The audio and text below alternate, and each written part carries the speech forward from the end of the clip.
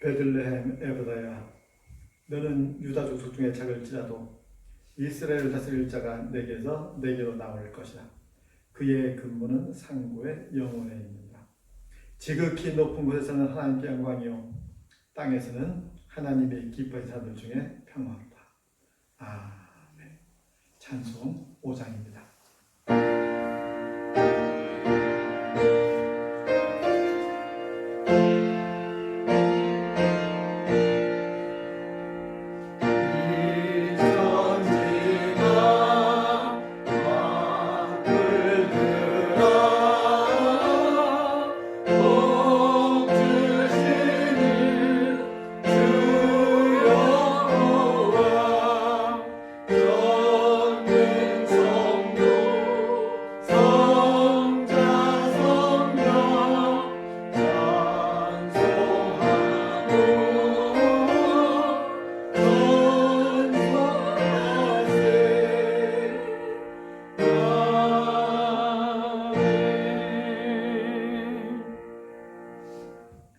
우리를 위하여 예수님을 이 땅에 보내신 주 여호와 우리 아버지 하나님, 그 놀라우신 능력과 크신 은총을 인하여 주께 영광 돌립니다.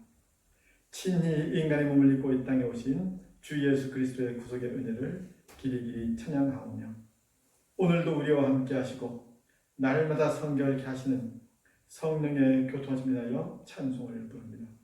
성부 성자 성령께 세세 무궁토록 영광 있을지어다.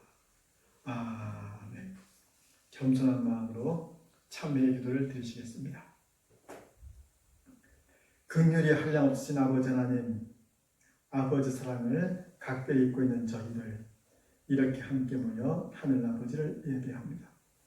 하온 아버지 하나님, 하늘 아버지로부터 놀라운 사랑과 은총 받고 있는 저희들, 과연 어떤 모습으로 세상을 살고 있는지 이제 점검할 수 있게 하여 주옵소서. 오늘은 특별히 하나님께서 저희 죄를 위하여 예수님을 세상에 보내신 그 놀라운 사건을 기념하는 날입니다. 하운데 저희들 이 세상 사람들과 어울려 성탄인 줄 모른 채 그저 세상 흐름에 동조가 있는 것이 아닌지 점검하게 하시고, 주님 모심을 찬양하기보다 저희 자신을 즐겁게 하는 일에 더 민감하지 않은지 확인하게 하여 주옵소서. 낮은 곳에 오신 주님은 찬양하면서 높아지기만을 바라는 마음이 있는 것은 어인영문이온지요. 주님의 모든 관심은 저희 죄를 사하는 것에 있사온데 오히려 죄를 즐기는 것은 또한 무슨 까닭인지요. 아버지 하나님, 저희의 이 못난 모습 용서하시고 저희의 모든 헐과죄를 진정으로 십자가에 못 박을 수 있게 하여 주옵소서. 주님 친히 이 세상에 오신 그 뜻과 위배되는 그 어떤 모습도 저희한테서 더 이상 용납되지 않게 하시고, 주님 오심의 의미를 알며 주님 오심을 진정으로 선포하는 복된 삶을 살게 하여 주옵소서. 지금은 하나님 아버지와 나 혼자만이 알고 있는 죄악들을 생각하면서 묵묵히 침묵으로 참회의 기도를 계속 드리오니,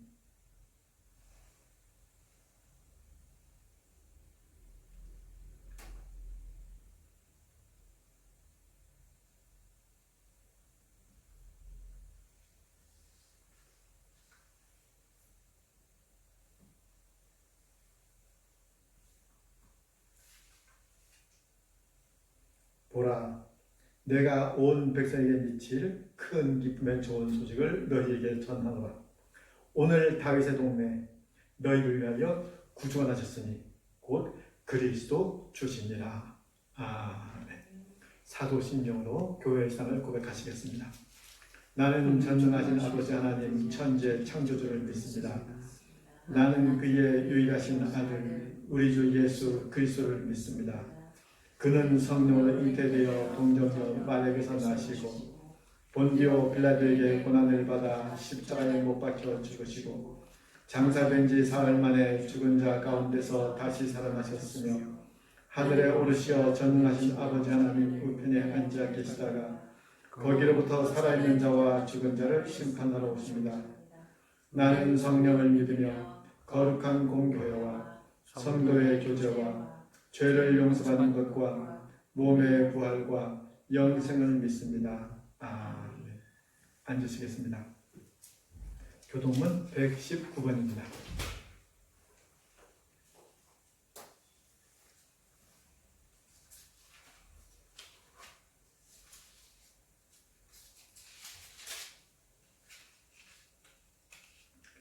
여호와의 영광이 나타나고 모든 육체가 그것을 함께 보리라.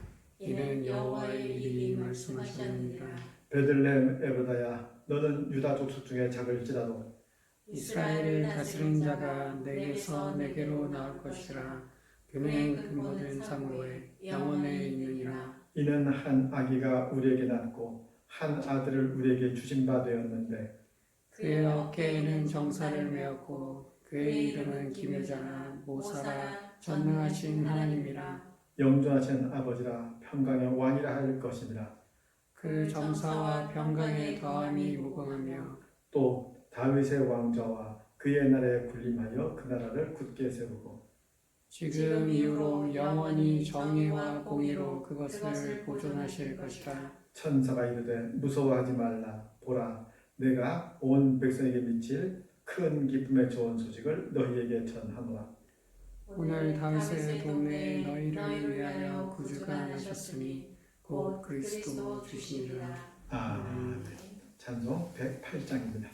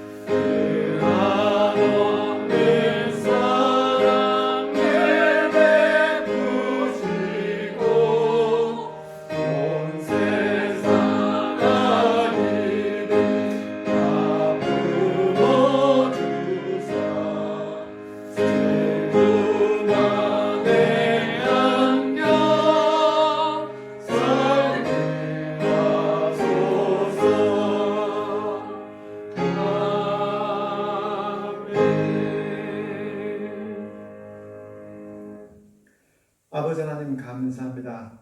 오늘 특별히 주님께서 인간의 몸을 입고 이 땅에 오신 것을 기념하는 성탄절입니다. 이제 겸손히 머리 조아려 그 옛날 베들레헴 말구에 오신 주님을 묵상합니다. 자라옵기는 저희 눈길을 사로잡으려는 이상 네온 광고와 조명에 저희 선 빼앗기지 않게 하시고 성탄의 의미를 상수로 투색시킨 이상 풍조로부터 저희 마음을 지킬 수 있게 하여 주옵소서. 때가 악함을 볼수록 자신을 더욱 경성하게 하시고 이상이 주는 그 재미를 부추기는 주변 얘기를 들을 때마다 그것이 과연 너희를 위함이냐 나를 위함이냐 하고 주넘기 물으시는 하늘 아버지의 음성을 듣게 하여 주옵소서. 아버지 하나님, 매해 반복되는 크리스마스마다 기쁘다 구조신들을 말하기 이전에 저희가 사는 세상은 주님이 오셔만 했던 그런 세상이라는 사실 먼저 마음 깊이 새기게 하여 주옵소서. 그저 피상적으로 입술로만 그렇게 낭송한 것이 아니라 지금 저희 삶 가운데 주님과 관계없는 영역이 있는 걸 진심으로 고백하게 하시고 2000년 전 주님을 모셨던 베들레헴 마을교회처럼 저희 역시 주님을 모실 수 있게 하여 주옵소서. 성탄입니다. 성스러운 탄생이 이 세상 그 어떤 것보다 먼저 저희 마음 안에서 이루어지게 하시사 성탄절을 정녕 성탄절로 보낼 수 있게 하여 주옵소서. 오늘 이 땅에 오신 우리 주님 예수 그리스도 이름으로 기도드리옵나이다. 아멘.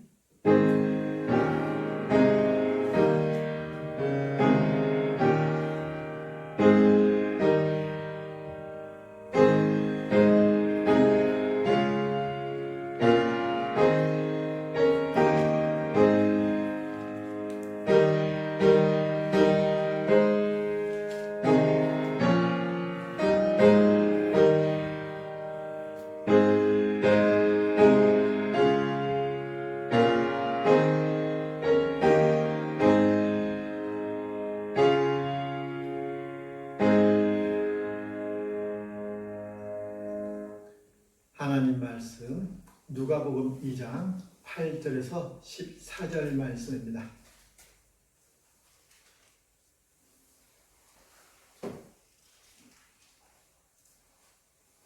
한 절씩 교독하시겠습니다.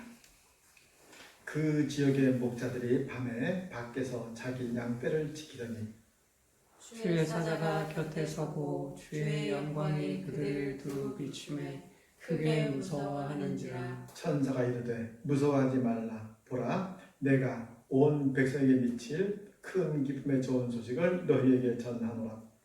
오늘 다윗의 동네에 너희를 위하여 구주가 나셨으니 곧 그리스도 주시니라. 너희가 가서 강보에 쌓여 구유에 누워있는 아기를 보리니 이것이 너희에게 표적이니라 하더니 오련히 수많은 천군이 그 천사와 함께 하나님을 찬송하여 이르되 지극히 높은 곳에서는 하나님께 영광이요 땅에서는 하나님이 기뻐하신 사람들 중에 평화로다 하니라.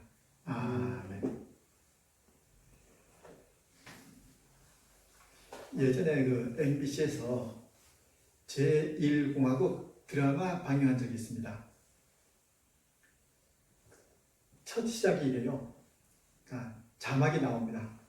1945년 8월 15일. 이런 자막과 함께 어떤 사람이 그 벽보를 붙입니다. 그게 드라마 시작이에요. 벽보 내용은 금일 정오에 중대 방송이 있으니 모두 들으시오.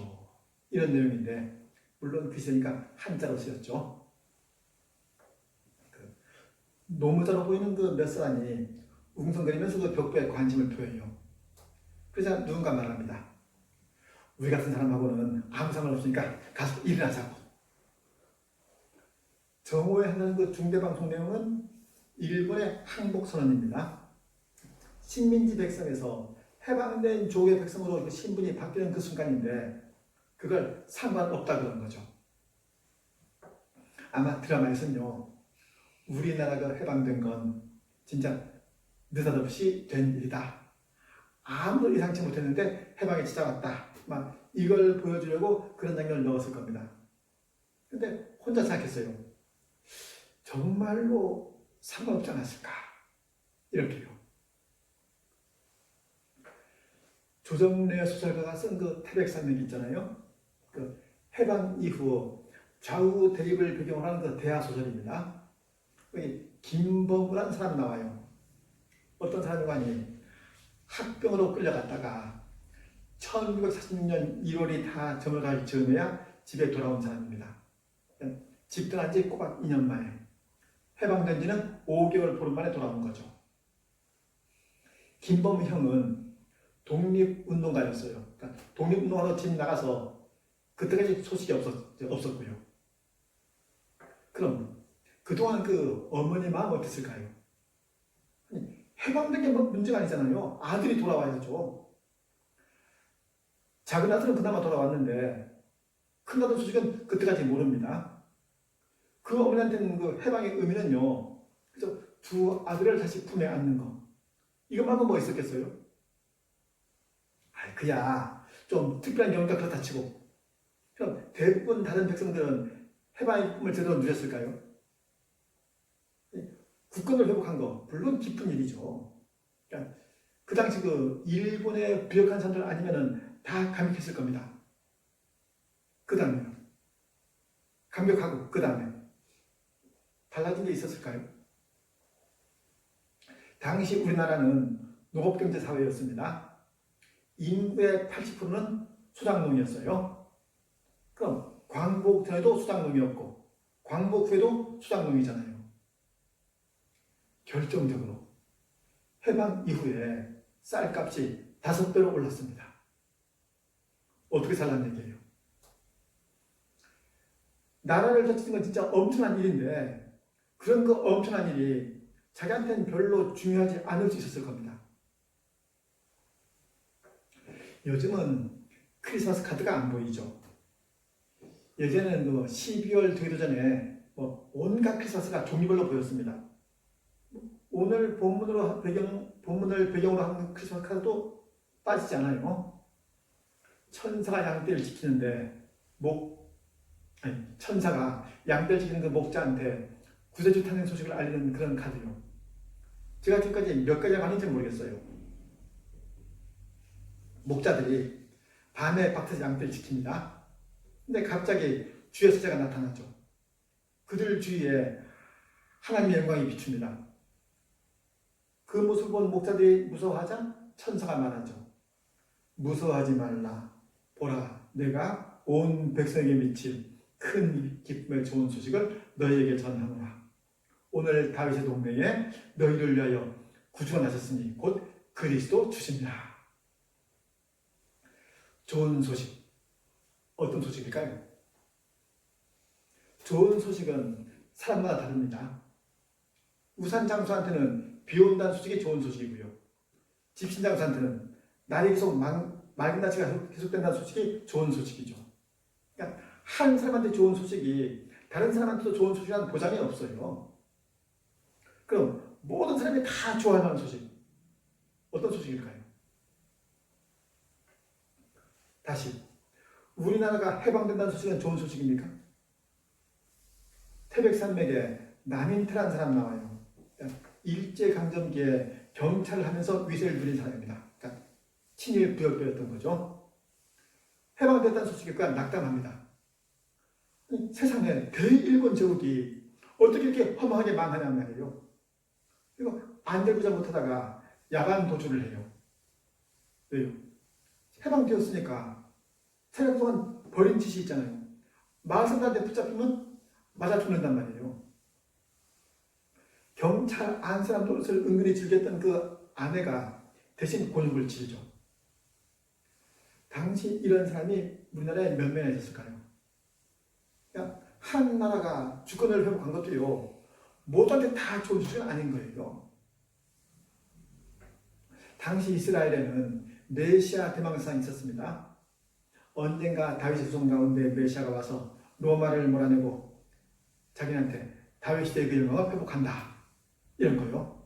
근데 이것도 로마한테는 좋은 소식이 아니잖아요. 온 백성에게 미칠 큰 기쁨의 좋은 소식. 이건 이상 소식이 아니죠. 이 이상엔 이런 소식이 없습니다. 이때 천사가 말한 온 백성에 미칠 큰 기쁨의 그 좋은 소식이 내용이 뭐였는가 하니? 뭡니까? 오늘 다윗의 동네에 너희를 위하여 구주가 나셨으니 곧 그리스도 주시니라 이거잖아요.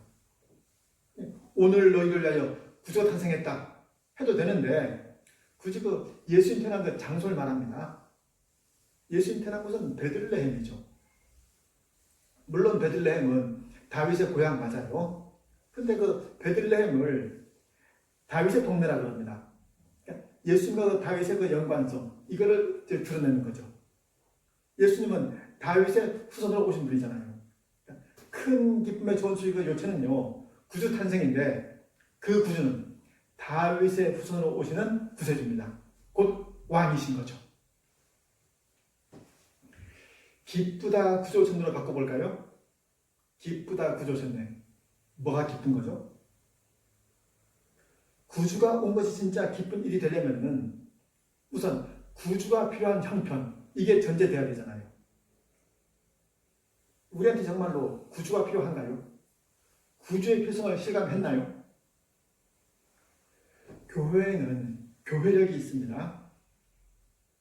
교회력은 주님 오심을 기다리는 대림절로 시작을 해요. 대림절, 강림절, 대강절 다 같은 말인데 대림절 다음엔 주님 오신 성탄절입니다. 흔히 12월 25일을 성탄절이라고 그러는데 교회력으로는 12월 25일부터 1월 6일까지 열 이틀 동안 성탄절입니다. 1월 7일부터는 주현절이죠. 주님 오셔서 공생사역을 펼친 걸 기념하는 절기입니다. 그 다음에 주님 고난받으신 사순절, 주님께서 사망권세를 이기신 부활절, 성령이 오신 오순절 이렇게 이어져요. 대림절, 성탄절, 주현절, 사순절, 부활절, 오순절 이 6절가 계속 이어서 돌아갑니다. 각 절기마다 절기구의 색상이 있어요. 성탄절, 주현절, 부활절은 흰색입니다. 기쁨, 빛, 즐거움 이걸 뜻하죠. 오순절은 초록색이에요. 영적인 성경을 암시하고요. 부활절 한 주 전인 그 고난주간은 빨간색이죠. 예수님의 피. 그 다음에 대림절, 사순절은 참회를 뜻하는 보라색입니다. 사순절이 주님 받으신 고난을 묵상하며 경건에 힘든 절기다. 이건 뭐 초신자도 다 아는 거잖아요. 대림절 보내는 마음이 사순절 보내는 마음과 같은 겁니다. 이거 감안하면요. 기쁘다고 오셨네는 안 할 수 있는 게 아닙니다. 정말로 참회하는 마음으로 주님을 기다리는 사람이라야죠. 그럼 그런 사람이 있을까요? 돈을 바로 쓰는 건 참 어렵답니다. 그게 이유가 있대요. 왜 그런 거 아니? 누구든지 자기가 돈을 벌기 전에 쓰는 걸 먼저 해서 그렇대요. 자기가 직접 돈을 번 다음 그걸 쓰기 시작하면 누구나 다 규모 있게 쓰겠죠. 근데 그런 사람 없잖아요. 누구나 돈은 쓰는 걸 먼저 합니다. 그러니 바로 쓰는 건 어렵죠. 기쁘다고 주셨네. 이것도 그래요. 정말로 죄 때문에 고민하고 죄 때문에 신음하고 그때 주님이 오셨으면은 그때 주님은 진짜 구주입니다.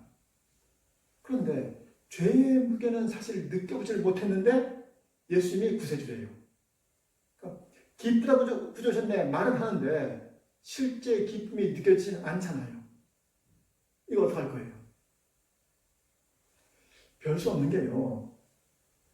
잠든 사람은 자기가 잠든 거 모르거든요. 잠에서 깬 다음에 잘 잤다. 그러니까 자기가 잔 걸 알죠. 교회에서 말하는 죄가 그렇습니다. 자기가 죄인인 걸 무슨 수로 알아요? 죄인인 걸 아는 죄인은 없습니다. 죄 사함 받은 다음에 내가 죄인이었구나. 뒤늦게 깨닫는 거죠. 죄 가운데 있는 사람은 죄인인 걸 모르고요. 죄를 사함 받은 사람만 나중에 자기가 죄인이었다는 걸 아는 거죠. 그런 사람은 할 일이 있습니다. 오늘 다윗의 동네에 너희를 위하여 구원하셨으니 곧 그리스도 주시니라 그랬잖아요. 우리 위해서 오신 그 구주가 그리스도 주입니다. 그리스도, 기름 부음 받았다라는 뜻의 헬라어죠.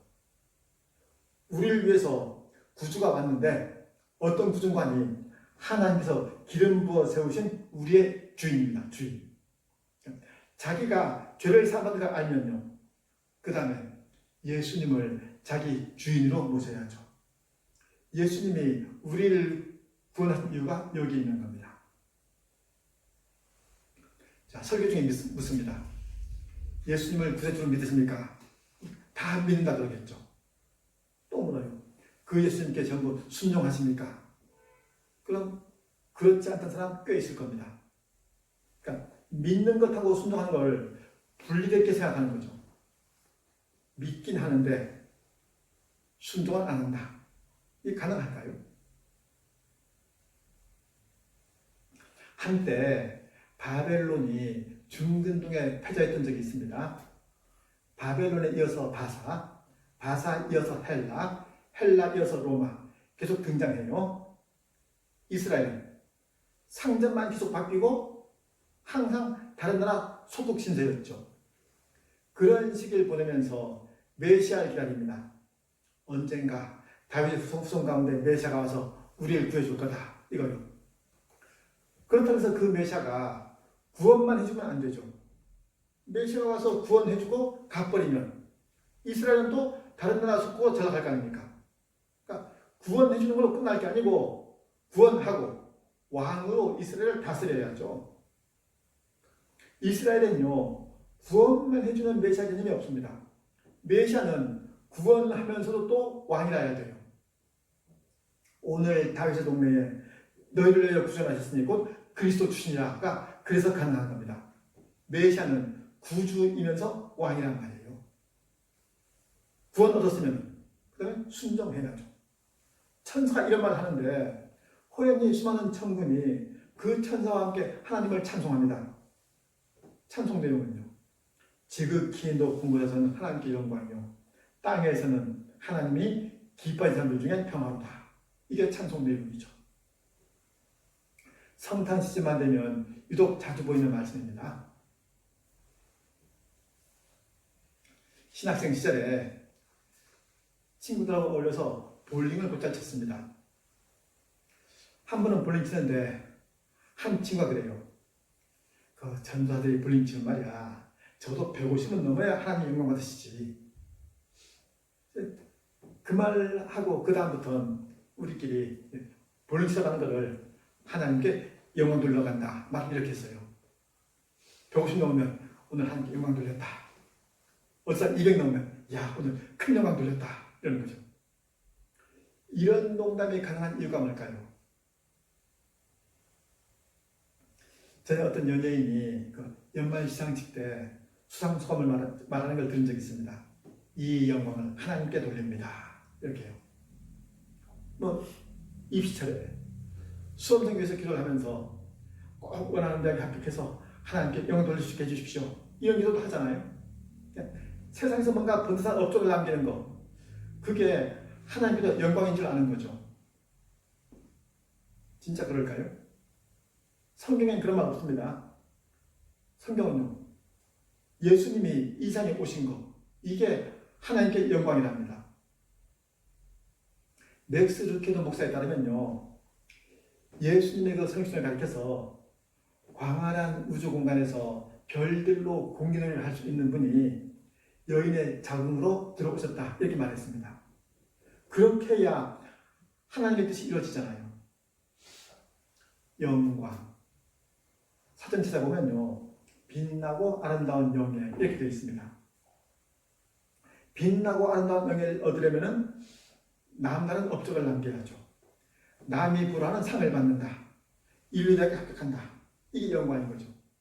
근데 하나님은 그런 일로 영광 안 받으세요. 요셉이 애굽의 총리가 되었잖아요. 하나님이 그 일로 영광 받으셨나요? 나봇한테는 아합이 탐낼 만한 포도원이 있었습니다. 하나님이 그 포도원으로 인해서 영광 받으셨을까요? 여로보암 2세 때 북왕국이 상당히 강성했습니다. 그때 이스라엘 영토가 하맛 어귀에서 아라바 바다까지 이르렀습니다. 그래서 하나님이 영광 받으셨나요? 하나님은 아무 일로나 영광 받지 않으십니다. 요셉이 아무리 출세하고 나봇한테 아무리 기름진 포도원이 있고 여로보암 2세가 아무리 넓은 영토 가졌어도 하나님 영광하는 건 아무 상관없습니다. 그건 죄다 친구들끼리 볼링 치다가 뭐 200 넘게 나오는 점수 나오는 거, 그것도 비슷한 일인 거죠. 하나님은 하나님 뜻이 이루어지는 그 일을 통해서 영광 받았습니다. 그 일 위해서 예수님 오셨단 말이에요. 지극히 높은 곳에서는 하나님께 영광이요가 그래서 가능한 거죠. 또 땅에서는 하나님이 기뻐하는 사람들 중에 평화라고 그랬습니다. 예수님 이 땅에 오신 일이 하나님께 영광으로 나타났고요, 사람들한테는 평화로 나타났다는 겁니다. 그렇다고 해서 모두가 다 그 평화를 누리는 거 아닙니다. 하나님이 기뻐하는 사람들이 평화를 누려요. 하나님이 어떤 사람을 기뻐할까요? 메시지 성경에는요, 땅에서는 그분을 기쁘시게 하는 모든 사람에게 평화, 이렇게 번역되어 있습니다.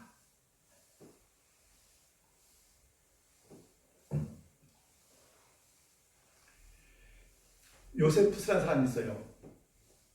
유대인 제사장이고 역사학자인데 그 요세푸스가 쓴 책 이름도 요세푸스입니다. 그 요세푸스의 창세기 시대부터 이스라엘이 로마한테 망할 때까지 그 역사가 다 기록되어 있습니다. 그럼 예수님 행적도 물론 기록되었겠죠. 그런데 달랑 한 문단 12절 뿐이에요.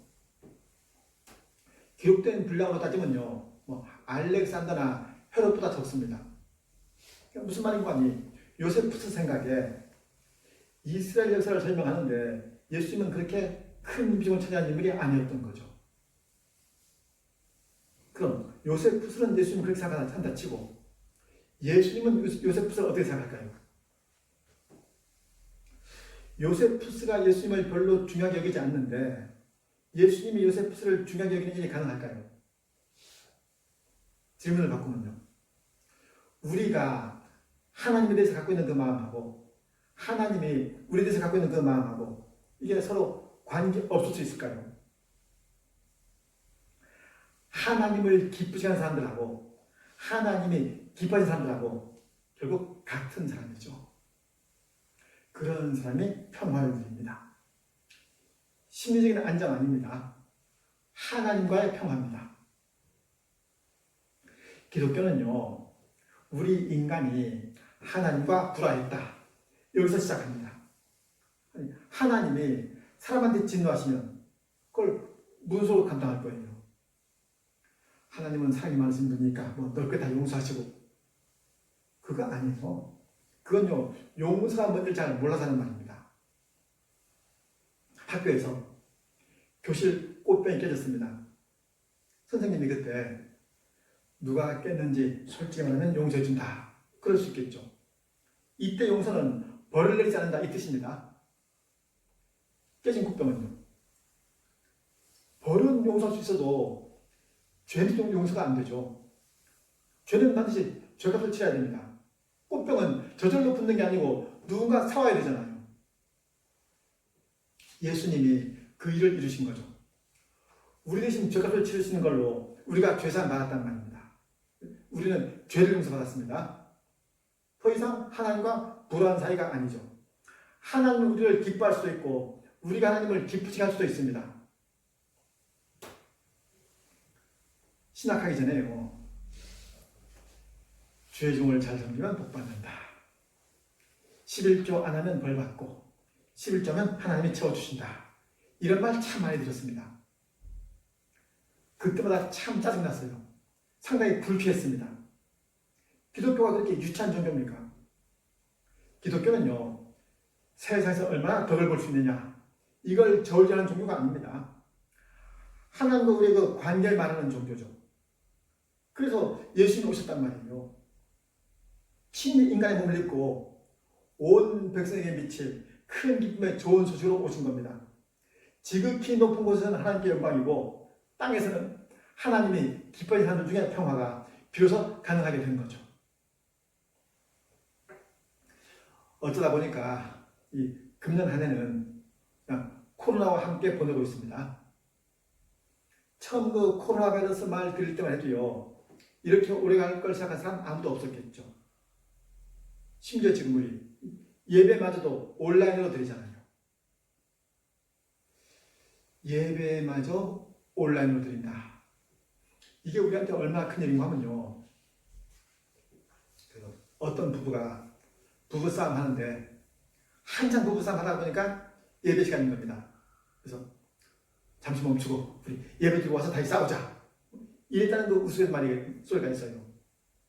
무슨 말인가 하니 그만큼 예배는 우리한테 제일 중요한 일로 여겨집니다. 그런 예배에 위해서마저도 모이지 말랍니다. 그럼 우리가 모이신 일이 어떤 일이 있을까요? 어쨌든 조용한 시간 보내기에는 아주 좋은 때인 게 분명하죠. 각자 처소에서요, 성탄이 우리 삶에 어떤 의미가 있는지 이걸 곱씹으면서 오늘 하루를 보냈으면 합니다. 나라가 해방되기 문제가 아니고 아들이 돌아와야 했던 것처럼요.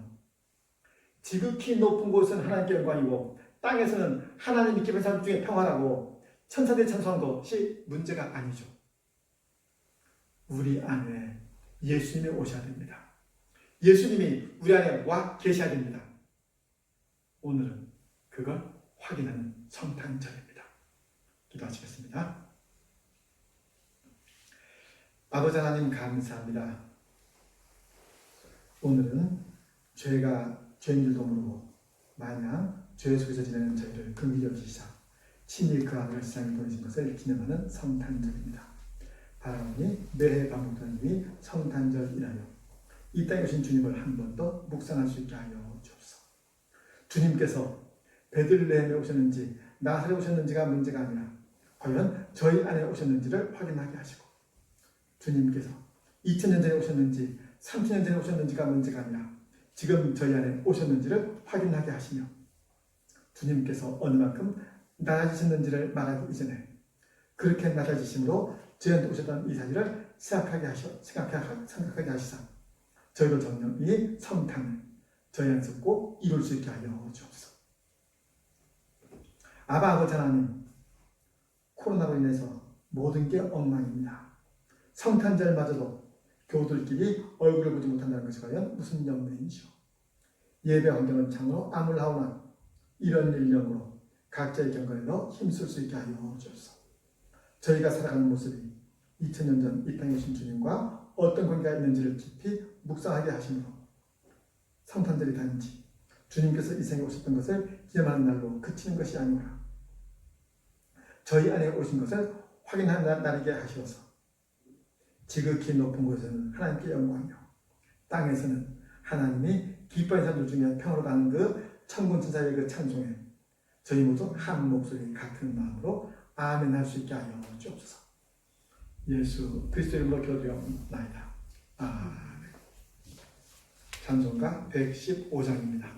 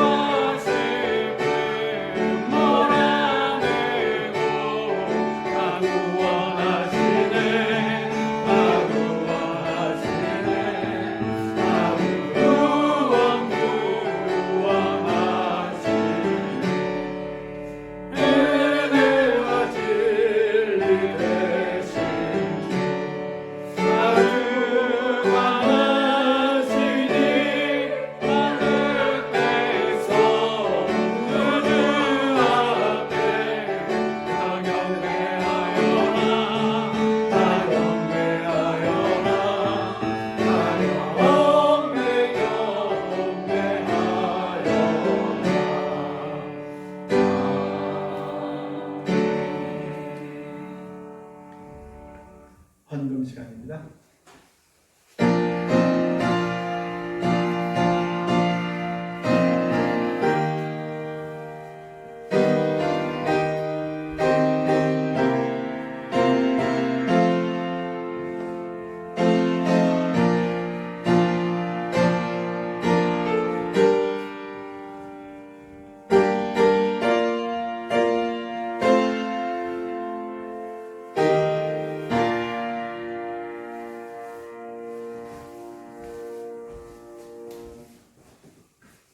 아버지 하나님 감사합니다.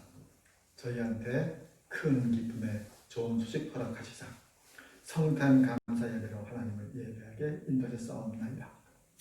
구주광민 이 복된 날에 저희들 이렇게 한자리에 모여 하늘 아버지를 송축하옵고 그 은혜에 감사하여 이렇게 아버지께 예물을 봉헌드리오니 봉헌하는 각 신령신령 친히 헤아리시사 하늘 아버지를 향한 저희 마음이 저희를 향한 하늘 아버지 마음에 조금도 어긋남이 없도록 더욱 인도하여 주옵소서. 독생 성자를 이 세상에 보내시사 저희를 구원하신 그 은혜가 너무도 크온데 저희들 무엇으로 그 은혜 감당할 수 있겠사옵나이까.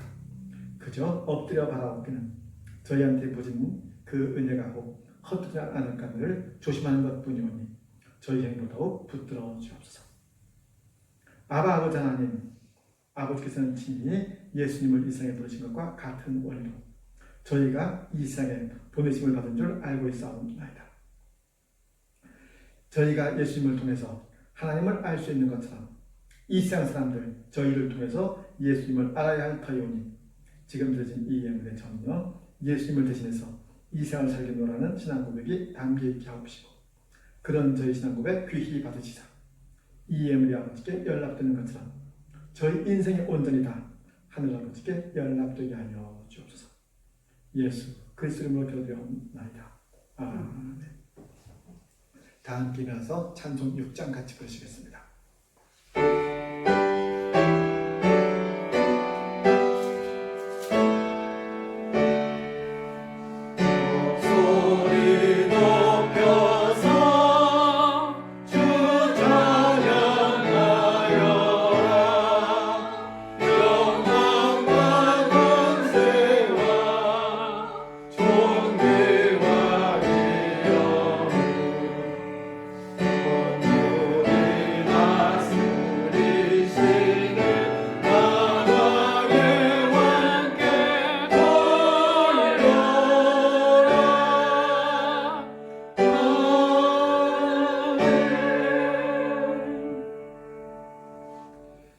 지금은 친히 이 땅에 오신 우리 주 예수 그리스도의 은혜와 하늘 아버지의 무한하신 사랑하심과 보혜사 성령님의 감동, 교통, 인도하시는 역사가 함께 머리조하여 하늘 아버지를 예배하는 각 믿음의 원속들 머리 위에 이제로부터 영원히 함께 하시옵기를 간절히 축원하옵나이다. 아멘.